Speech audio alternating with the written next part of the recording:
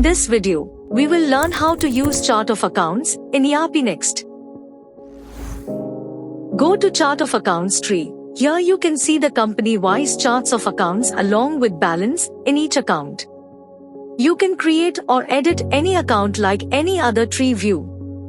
If you would like to learn how to use tree view, you can find the video link above. Account type is used to display which type of account is this. ERP Next supports multi-currency accounting. You can choose account currency while creating the account.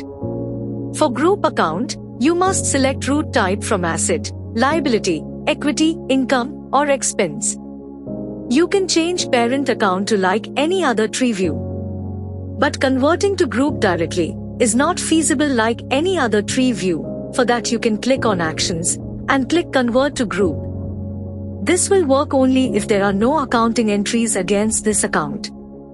ERP Next also allows you to rename any account or merge account with any other account through actions.